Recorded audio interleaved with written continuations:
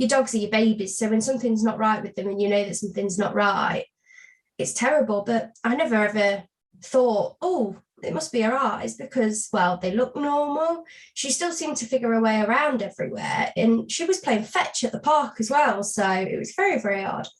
Anyway, the third visit to the vet, they took her in and did a little sort of walk around test, put a couple of little objects in her way, and she bumped into everything.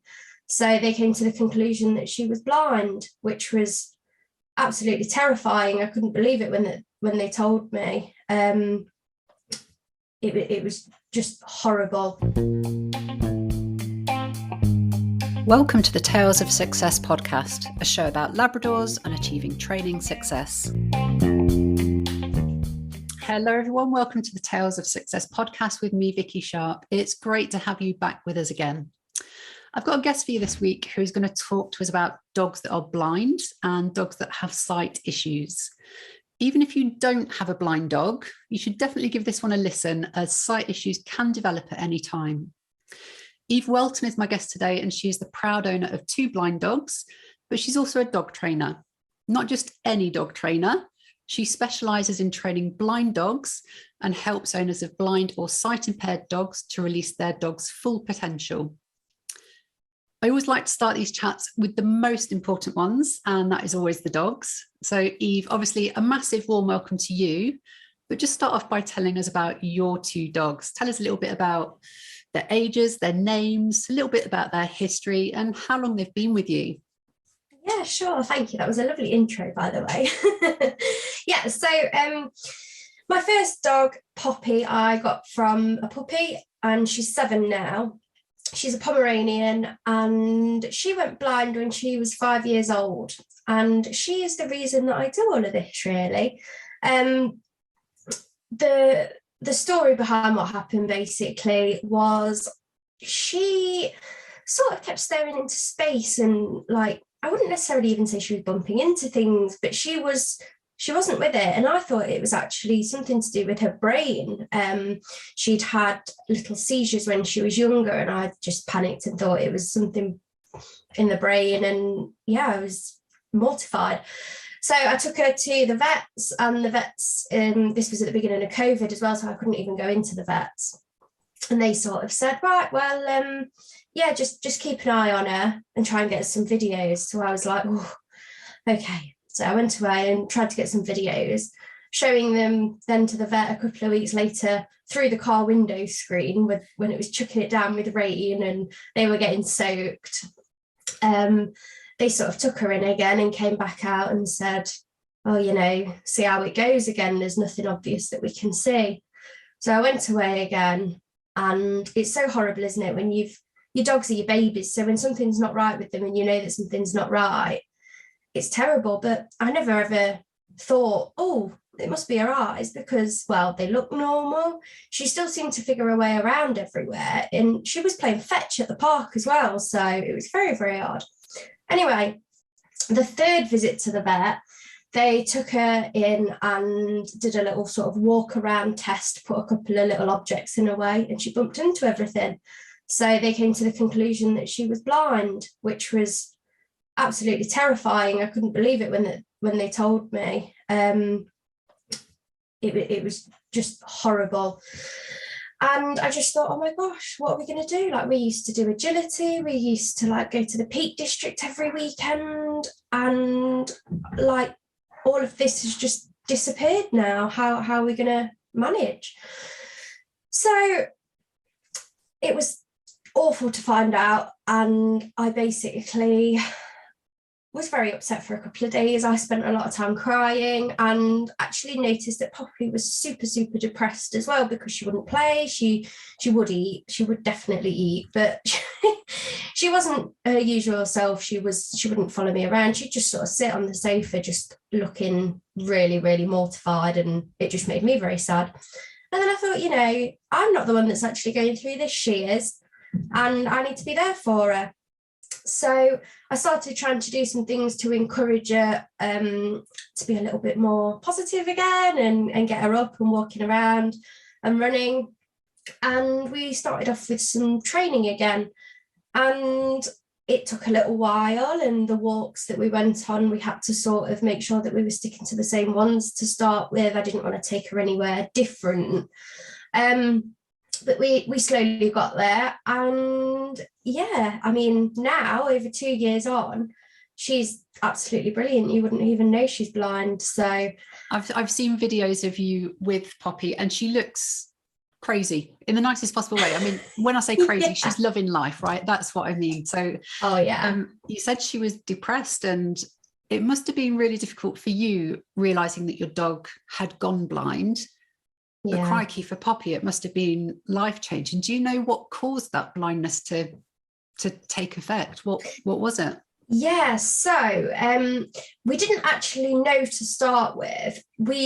After a lot of Googling, I basically sort of came to the conclusion that it could be something called SARDS, which is sudden acquired retinal degeneration syndrome, which basically the retina just decides to, right, I've had enough. I think it's sort of like an autoimmune disease in dogs, and her retina's just sort of disappeared overnight, basically. Or stop functioning overnight, I should say. Or it could have been something else called PRA, which is progressive retinal atrophy, which again, it's to do with the retina, but it's a slower, longer process where the blindness happens over a longer period. So it's not as noticeable. And did you have any warning that it was coming? No, nothing at all. And there was nothing that I could think of that had happened to set it off.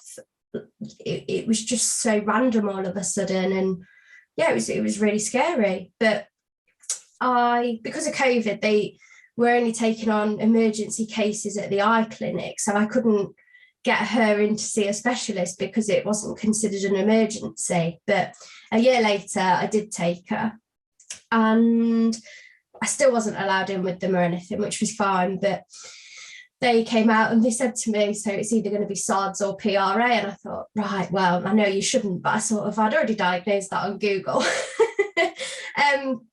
But yeah, so I was like, right. They basically said that they couldn't tell which one it was because it had been a year and the retina had disappeared now. They could have picked up SARDS if they'd have tested it sort of earlier, because she would have been blind, but her retina would still be able to be seen. Whereas now, because it had degenerated over this time, they weren't able to tell which one it was. But she did say I could do a DNA test, and they do sort of like health checks where they test for certain genes of stuff. Now, SARDS isn't something that you're able to sort of test for gene-wise, but PRA, progressive retinal atrophy, is something that can be picked up in genes in DNA. So I did this health check, and she didn't have that gene for PRA. So we came to the conclusion that it was SARDS then, which fits in quite a lot with other little things. She is very hungry all the time. We have to sort of restrict her from eating when my basically, she wouldn't ever eat anything that we left on the side. She was just very good. She sort of like knew the difference between our food and her food. And one night we were putting my stepson to bed, and my partner had left a bowl of some sort of crisp, I think cheesy puffs or something, on the bedside table. And then we came back into the bedroom, and he accused me of eating all his crisps. And I was like, it wasn't me. And then Poppy was sort of just like lying on the bed, sprawled out, just doing massive trumps everywhere. So looking quite guilty, I imagine, as well, thinking like, I've done really well. I polished off all the food, bless her. Yay, look at me. But yeah. And then she drools quite a lot as well when she's like excited. And after a lot of sort of research, that's another symptom of the SARD side of things as well. So yeah, there's nothing that we can do to fix it or to change it, but also it's not going to have an impact on her health in the long term of life either, and it's not going to affect her quality of life any more than already being blind. So I imagine though, when the vet gave you that diagnosis, you probably had all sorts of emotions running through your head. You know, is this it for Poppy? Does she have hope? Is there a future? Yeah. Did you ever think that she would live the life that she's currently living, or did you think she would really struggle to adapt to going blind? Because it would be really tough, for us as humans, it would be incredibly tough. It would we've be. kind of got other ways to kind of do things as well, but it's tough for a little puppy, right?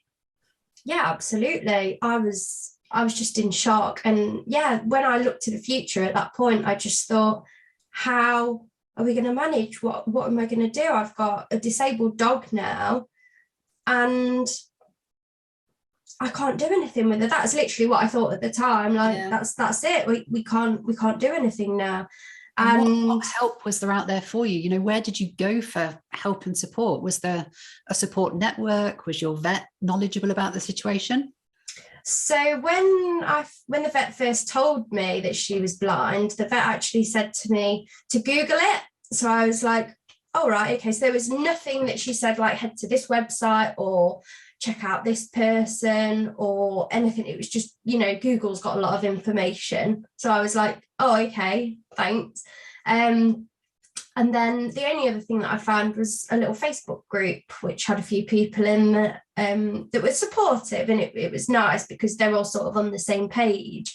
But there was nobody really there to give advice or, that specialised in anything like that could help me. So I did feel a bit lost and like I needed and help. Something that really amazes me is you were put in this difficult situation and you didn't want to give up on Poppy. So you went out and you found out everything there was to know about these issues, and more importantly, how you could help her live probably the best life. And then you did something else. Tell us a little bit about the other four-legged creature that came into your life.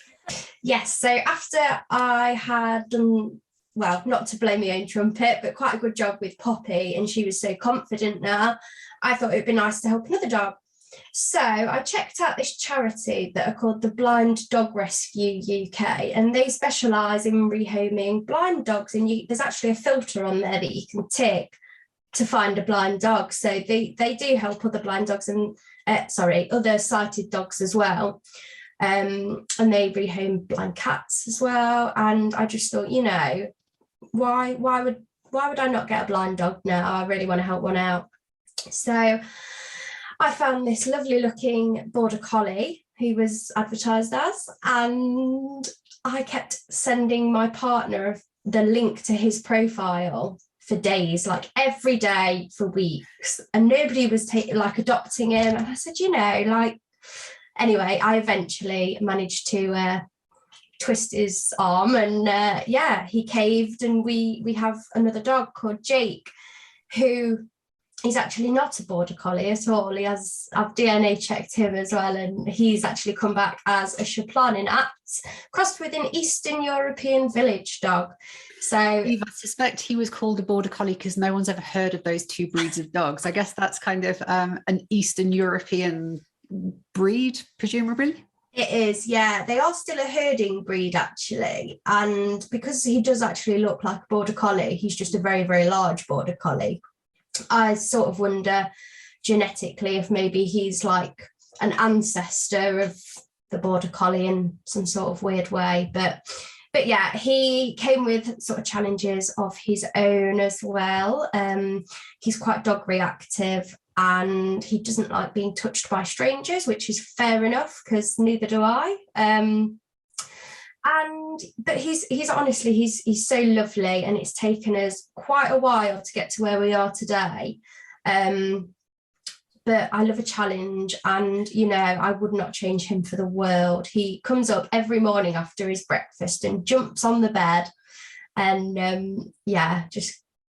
I wouldn't change him for anything. And he's so they think that Jake was blind from birth, so it's hard to say because he was rescued from a kill shelter in Bosnia. Wow. So we're not 100% sure of his history, but he is assumed to be blind from birth. So that presents sort of different issues compared to a dog that has gone blind as well. So yeah, but you've kind of experienced the whole spectrum of sight issues, blindness from birth and later on in life. And You know, some might say you're a glutton for punishment there, but actually I think that's really, really good. You've gone out of your way to choose to help an underdog. Yeah. And that's exactly, you know, what is the nice thing here. So when you were looking for Jake, he came from a Romanian kill shelter, did you say? It was from Bosnia, Bosnian kill shelter. From a Bosnian kill shelter, and he was blind. So that poor dog had probably had a very, very stressful time with people that didn't necessarily understand his complex issues and needs before he then came into this wonderful home environment in the UK with the best person, you know, someone that understands all these issues. So he's probably living a fabulous life now. Do him and Poppy get on okay? Yeah, they do. I mean, they're not like snuggle buddies or anything, but yeah, they get on really well, and they'll walk together, and Poppy will sort of, because Jake's so big, Poppy can walk under his legs as well, so it's kind of cute, and she doesn't realise, and neither does he, because they can't see, but yeah, they do get on really well together. Yeah. Brilliant. So for people that are listening to this podcast rather than watching a video, I'm going to explain what I see on my screen right now, but that is someone that is constantly smiling when she talks about her dogs. So I can see that there's a lot of love for these dogs, which is great to see. Could you imagine life without dogs? I mean, at some point you won't have Poppy and Jake, but you know, a dog's life now? Absolutely not. No, like I will always have dogs. They are, I'm that crazy dog lady that's like my boyfriend. I love him to bits, but he's like, you know, the dogs come first. And yeah, I'm sorry, but if we had to sort of like deport the country for any reason, I'd be that crazy person staying behind, making sure that the dogs are okay and rallying the animals together. So yeah, there's no way that I could not live without them. And yeah, I'm dreading the day that I have to say goodbye to them as well. But I know that there's lots of animals out there that do need help and a loving home. And yeah, and hopefully in the future I can offer my home to more lovely dogs as well. Yeah. So in about 10 years time, you'll have 50 blind dogs around your house, probably. Oh yeah, something like that, yeah. So this past experience that you've had with Poppy and then Jake as well, is that what spurred you to create your business? And for people that don't yet know you, you have a very successful business training blind dogs and educating people how to care for their blind dogs. Are Poppy and Jake the catalyst for this happening? Yeah, definitely. I'd definitely say more so Poppy, because of the really tough time that we both had. And you know, the time was much, much harder for her, but emotionally I felt so alone and terrible that I just wanted to help other people that were going through that situation. So that's why I started the Underdogs Training and started giving out some information on how to help your blind dog around the house or the garden and various other little bits. Whereas when Jake's come along, he, being reactive, has presented different challenges we've had to work on, which has then again opened my eyes up to sort of different ways of thinking and approaching different situations as well. So yeah, both of them are the reason that I do it, but I just really want everyone else to have some confident blind dogs that absolutely love life. And who needs eyes, when you've got such a wonderful nose? Yeah, it shouldn't hold them back. And with the right help and support, you can show people how to very much get the best out of them. So the students that you help, do you help all sorts of dogs with all sorts of sight issues? Is it just dogs that are blind from birth, or do you help dogs that maybe are even a little bit older and have got sight issues due to old age? Yeah, so dogs from puppy to the end of their life, really. Dogs can be blind for many different reasons. So they could be blind from birth, so we have to deal with puppies. And the thing with puppies that are blind from birth is they don't know any different. So they will be bombing around the back garden, bumping into everything and causing mayhem. So that presents a different challenge to, say, a dog that's lost its sight maybe to cataracts in old age and is a little bit slower and a bit more worried and cautious and maybe can't walk as much, and finding different ways to stimulate them. But dogs can also lose their sight due to illness. There's rescue dogs that obviously we don't know the background of. Some of them might be accidents that have happened, and sadly sometimes they are deliberate, and there's some not very nice people out there that have done some horrible things to dogs. And do you know, it just really makes me want to help those dogs and people even more, because if for a person to do something so horrible to a dog, and for that dog to still want to be around people and trust someone else to look after them, it's just amazing. But I think the way that we approach all those situations is completely different, because the backgrounds are different. They're scared of different things, or they're overly confident around things that maybe they need to go a bit steadier on. So there's so many different approaches depending on the reason why. And I guess, it's very similar to the training that we do, is that we always say we don't do generic training, because we don't have generic dogs. They all learn in different ways. Their humans learn in different ways. We want different things from them. So everything has to be tailored to the dog and the situation and the environment. So Absolutely. From what you've alluded to, you do very much change your approach. Would you say it's easier to help a dog that has been blind from birth, or easier to help a dog that has lost their sight in later life? I think both present different challenges. I would say I prefer helping dogs that have lost sight later in life, because I love to see that the little sort of steps that they take again to building that confidence up. And it's just so happy to see them when you first meet them and they're quite timid, to then later on when they've started doing things that the owners never would have dreamed that they were doing, that they would be able to do in the future. And I love to watch that progression. So I would say that I prefer that side, because with a dog that's been blind from birth, or that maybe is a little bit excited, it's about trying to maybe calm them down a little bit, and it's not as fun to sort of work with compared to trying to boost the confidence and doing extra training and that side of things. So yeah, both are very, very different, but I definitely prefer working with dogs that have lost sight during their lifetime. Yeah, and I think in all dog training, it's very important that we don't just focus on the dog, because for most of what I do, I train humans to make sure that they can train their dogs and get the best out of their dog. But when you're training humans and dogs, I guess there's more emotion behind it, because some people are coming to terms with the fact that their dog's life has changed and their life has changed a little bit as well. Do you notice that in the owners, that we get a different response for, let's say, an 11-year-old dog that's just gone blind and their life has changed, compared to someone that's bought a puppy knowing that they're blind and wanting to help them? I guess there's a different tack that you take with those owners as well. Yeah, there's a huge contrast. And working with owners that have lost, owners whose dogs have lost their sight due to whatever stage in life or whatever illness there might be, there is always that emotion behind it, and it is sad, but it's about helping them as well to overcome that, and sort of explaining the reasons that might have a negative effect on the dog as well, and it might actually prevent the dog from progressing. So for example, maybe on a walk outside, they can see another dog and think,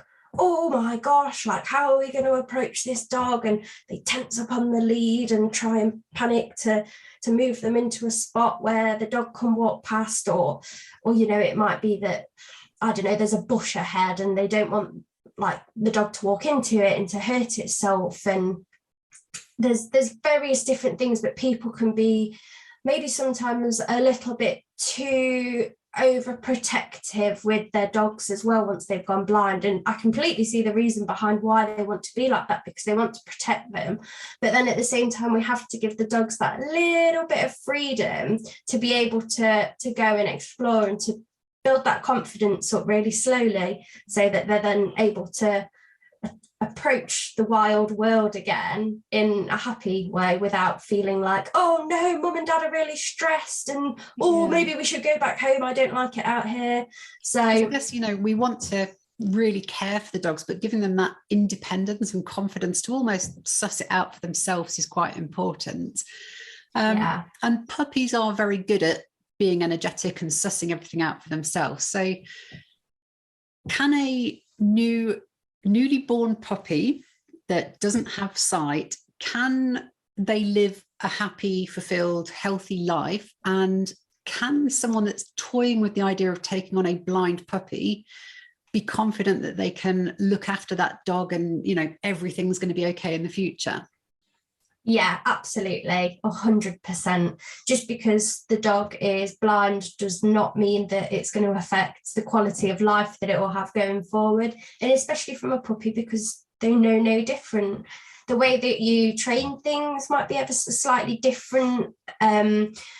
You might want to use touch a little bit more in your training. You might want to be a little bit clearer with like the words and do more training based on your verbal commands, verbal cues, just to help going forward. But honestly, if you were to adopt a blind puppy, you would have one hell of a time. It will give you as much of a challenge as a dog with sight, and actually you'll be so surprised at how they can adapt and the way that they figure things out and learn to live without their sight.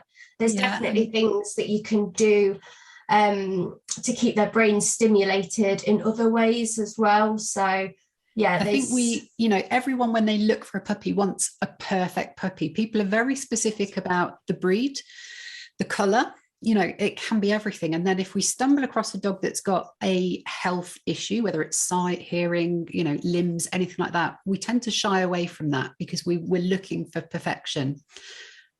Yeah. But that puppy will be perfect in their own special little way. And as you've alluded to, they know no different. They're ready to take on the world using all of their other senses and be full of energy and give the same amount of love and affection, right? Absolutely. And you know what, maybe even give you a little bit more love and affection, because you're that person that's their eyes at the end of the day and that guides them. And while all puppies love their owners, a blind puppy is going to be like, this person makes sure that I know where I'm going, and I'm going to go and sit with them at night and cuddle up to them on the sofa. So yeah, there are, there's positives to having blind dogs as well. Definitely. Sounds wonderful. So that's kind of the puppy question ticked off, and other people will experience sight loss in their dogs as they're a little bit older. So you mentioned about Poppy was a little bit older when she lost her sight, and that was for SARDs, but actually dogs just get old eyes like humans get old eyes, and we can't see things as well. So if we've got any owners that have got an older dog and they've just been diagnosed with a sight condition of some sort in adult life, what would your key bit of advice be to them? So I would always start with retraining your dog. So what I mean by that is simple cues such as sit. What you might not notice when you're asking your dog for a sit is that a lot of people actually do a little lean over their dog. And it might be subconscious to you, but your dog picks up on that. And it's not actually just the verbal cue that you're giving that helps the dog to sit. It's actually the lean over that goes, oh, I know what that means, and I'll put my bum on the floor. I totally agree with that, because when we teach our puppies at our puppy school, we intentionally use lots of visual cues, because puppies are really visual. They hear stuff, but they respond much better to what they see. Yeah. So what we teach is so different from what you teach, and that's why it's important that you go to the specialist in your type of dog. I mean, because we wouldn't even consider that for a sighted puppy. It's all about the visual and the stuff that they hear as well. Yeah, exactly. And you can incorporate touch into that as well. I know that there are a lot of dogs out there that are not only blind but are deaf as well, and they also live awesomely amazing lives, and a lot of their training is done on touch. So if you are having issues, or if your dog is getting a little bit old and maybe their eyesight isn't quite as good as it used to be, definitely start retraining with some of the verbal cues again. And it can be that one of the top things that I like to suggest is using different textures in the house.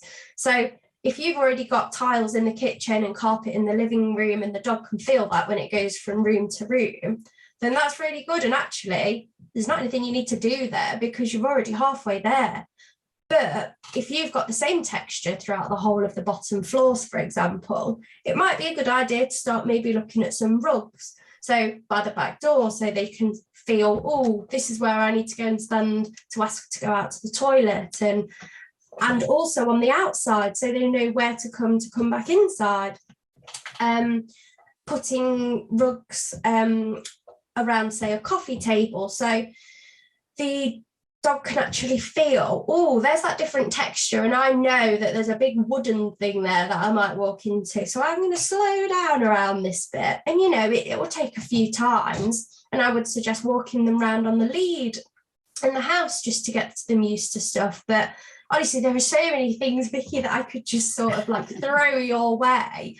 And these are things that can be done if your dog has suddenly got a sight condition. Let's say they've literally gone blind overnight. But these are also things that we can consider, even if you've not got any sight, that's the wrong word, even if you've not got any warning that there's any sight issues coming. I've got 2 elderly Labradors, their sight is okay, but there is potential for their sight to go in the future. So we could actually start considering doing these things as standard anyway, just in case, right? Yeah, absolutely. And who's a nice new rug in the house, there you go, there's your excuse if you've been looking for one and your partner's like, no, we definitely don't need any more rugs in the house. Well, so you heard it here, folks. You can all go shopping at the weekend, and that's advice of Eve Welton. So just tell your other half that it's dog training advice.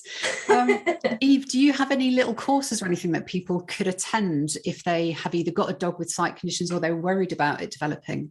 Yes, so I run a course that's called Help, My Dog Has Gone Blind, and I cover a lot of stuff in there. It's almost like a little hour-and-a-half workshop where I'll spend an hour covering some of the basics, giving you lots and lots of information and different ways to keep your dog stimulated and engaged and help to boost their confidence while also keeping them safe. But then I also do a Q&A after. So if there are any specifics that you're struggling with, then we can talk that through after. And actually, you might help someone else out by asking a question, because someone else might go, oh, actually, I'd never even thought of that, but that was really helpful.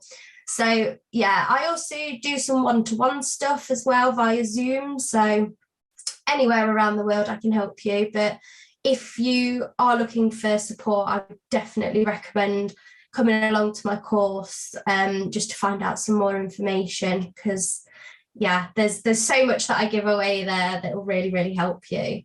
Brilliant. Sounds good. As when we have a blind dog, we've lost one of the senses, that sense of sight. Is it really important then to start developing those other senses to help the dog adjust? And you've mentioned about the feeling of touch, underneath the paws. What else can we do as far as using those senses to help them? So obviously, yeah, touch is huge, and I've sort of mentioned like the different textures already. But another one that is super, super important, not only to blind dogs, but also to sighted dogs, is their use of scent. Not sense, scent. So their nose is so important because they can actually take in so much information, and it's almost like reading a newspaper when they're outside sniffing around, that they can pick up all that information without even needing their eyes. And if we channel everything through our dog's nose as well, it not only burns off like their energy quite quickly, it also releases nice happy hormones in their brain. And I like to think of it that even though our dogs can't see anymore, they're still able to visualize things in their head when they're able to go around and sniff or have a puzzle or figure something out or do some scent training. And it's just a way to get them stimulated, keep them enriched, and also it really helps to boost that confidence as well. It's really good for dogs that are reactive. Elderly dogs can do it. So if they're blind, if they can still do scent work no matter whether they're a puppy or old, or if they've got any other sort of injuries. They're always using their nose. So I would definitely say that is one to focus on, to tapping into. But aside from that as well, there's also their hearing and sound. So I would also say this is something that you need to maybe have a little think about if your dog has gone blind, because sounds can seem quite different once you're not able to see those sounds. And an example that I give of this is, imagine your dog sighted walking down the road. Now, there might be a really, really loud car engine or motorbike that goes past, but because your dog can see that, oh, right, that's on the road, that's not going to hurt me, that's okay. Whereas actually that very same dog a year later might have gone blind, walking down that very same street, hears the very, very same noise, and is terrified because it just hears this loud noise getting louder and louder and louder and louder and quicker. And oh my goodness, that sounds like it's going so fast, but I can't see where it is. Is it going to hit us? And they can just go into an absolute meltdown panic. So it's something else that you really sort of want to maybe slowly build up to things like that. And just have a little think about other loud sounds and sudden sounds as well, because they can all affect our dogs. And just nipping back to the touch sense as well, with the touch side of things, because again, they can't see, they can be quite jumpy. So touching them somewhere, you might just sort of bend down and just give them a nice little stroke. That actually might make them go, whoa, what was that? And really sort of jump out their skin. And even though like after they like, all right, okay, it's just mum, it's okay. But at the time that can be quite scary. So it might be that if your dog is quite touch sensitive as well and jumpy, that maybe you slowly go for a tickling under the chin to start with, so that they can sort of feel that hand sort of and smell it coming towards you, giving you a little touch, okay, and then you can go around and give them a nice good little scratch behind the ears. But it's just how we think about other ways of approaching things. It's not just the sight, it's the other senses that are affected by that sight loss as well. So yeah, and I guess it's all these tiny little nuggets of information which seem like a tiny bit of useful information. But once you've got a load of those tiny bits of useful information, you can make your dog's life much more comfortable. Is this the type of stuff that you cover at your course? You know, all these little nuggets of gold? Yes, there is loads of stuff like that. Good. So you've got 2 blind dogs as pets, and you train blind dogs. So you're a little bit biased here. I get that. You know, you think they're the best thing in the world and they sound pretty good. Would you say that a blind dog can live a normal life as a pet? A normal and happy life as a pet? Yes. Absolutely. Yeah, no doubt about it. It might be a little bit different for a while. It might take them a little bit longer to adapt. It might not. They might be absolutely fine. But absolutely, there are so many people that I see whose dogs are blind and they're like absolutely conked out on the sofa, legs up at night, and in the day they're running around the fields and playing tug and having an amazing time. And yeah, it's so nice to see, but they can absolutely have the best life, yeah, living at home as a pet. And if someone is looking at rehoming a dog, whether blind or not, why should they consider a blind dog? You know, if they're walking down that row of kennels and they see 20 dogs, why should they maybe head to that blind dog first, just to check them out and see if they're compatible? You'd be quite surprised at how rewarding it can be to help a disabled dog. And you would also be quite surprised at how, I wouldn't say how little, but how, well, I would actually, at how little actually extra that you need to do, or how little different you need to do things as well. As long as you've got that love and that support to give, and you know how to get the best out of your blind dog, then they can absolutely do all this amazing stuff still. You can take them on different walks, you can still take them to the pub, they play fetch, believe it or not. I mean, my Pomeranian, she loves fetch, but she doesn't always find the ball, which is fine. And then I'll help her. But I will instead, here's a tip for you, if you've got a blind dog, instead of throwing the ball and hearing the bounce, if you kick it along some grass, they can actually hear it rolling. So she'll chase it that way and find it. Brilliant. So there's so many different things. Hide and seek you could do. And I've seen a blind dog do an agility course before, and he was very, very slow, but that's okay, he still did it. Do you know what? So... It's the taking part that counts, and that's brilliant. There's no reason why they can't live a normal, happy life. You got Jake from a rescue centre, and you said that there was an option to specify that you would consider a blind dog. So I think it's worthwhile if you would recommend that to people. Just give them a little shout out so people can maybe visit them if they're looking for helping a blind dog. Yeah, absolutely. So their charity is the Blind Dog Rescue UK, I think. But yeah, honestly, just search for Blind Dog Rescue. It'll pop up on Google, and there are so many absolutely lovely dogs on there that have been rehomed, and it's just so nice to see. Like I check it out quite regularly, and when they disappear off the website, there's a bit of me like, yes, inside, because I'm like, oh, they've been rehomed. So, and I think, it's such a nice thing to do. The woman that created it, I can't remember her name now. I think it might be Katie, but she is a veterinary nurse. And yeah, she started this because she believes that blind dogs can also have amazing lives. And I really admire that, because to start a charity or focusing on rehoming dogs without sight is incredible. So yeah, definitely head over and have a little look around on their website, because basically just go and adopt a dog, give them the best life ever. Definitely. So we know that blind dogs are pretty cool to have as pets. We know where to go and help one. And we also now know that there is someone out there that can help you train them and live a perfectly happy life. So Eve, give us a little shout out as to where people can find you. So where can people look at your information? What are your socials? Just tell us everything we need to know about getting in touch with you.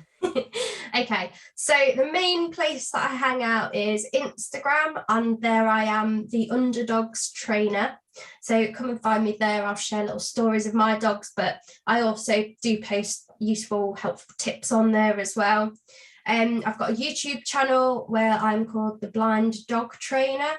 So again, on there's actually videos where I'm sort of doing bits and bobs with my dogs, or sharing the journeys that we've been on. I do little blogs when I take them on holiday, so you can see for yourselves how happy they are and the things they get up to. I've got a Facebook group that is Training for Blind Dogs, where I will also share lots of information. And I have my website as well, where everything is there. You can find out more about my training course. You can book in one-to-one. You can read more about me. I've got some blogs on there, and that is theunderdogstraining.com. Brilliant. And I've got one final question for you. What's the best bit about having dogs in your life? I don't even know where to start with that question. Do you know? Okay, I do. The best thing about having dogs is, no matter how lonely you might feel at some stages in your life, you can never feel lonely when you've got those lovely little dogs to look after that absolutely give all their love to you as well. So yeah, I feel so loved and privileged to be able to look after them. Excellent. Eve, thank you so much for taking the time to share your insights into living with and training for blind dogs. Keep doing what you're doing and supporting those underdogs. If you have found Eve's story useful, make sure you check out our socials, and I'd also really appreciate it if you could leave a review in the podcast store so you can tell us whether you're enjoying this content. Thank you for listening. Thanks for joining us. We hope that has been useful to you. But from me, all I want to finish off by saying is be caring, be consistent, and be your Labrador's best teacher. I'll catch you on the next episode.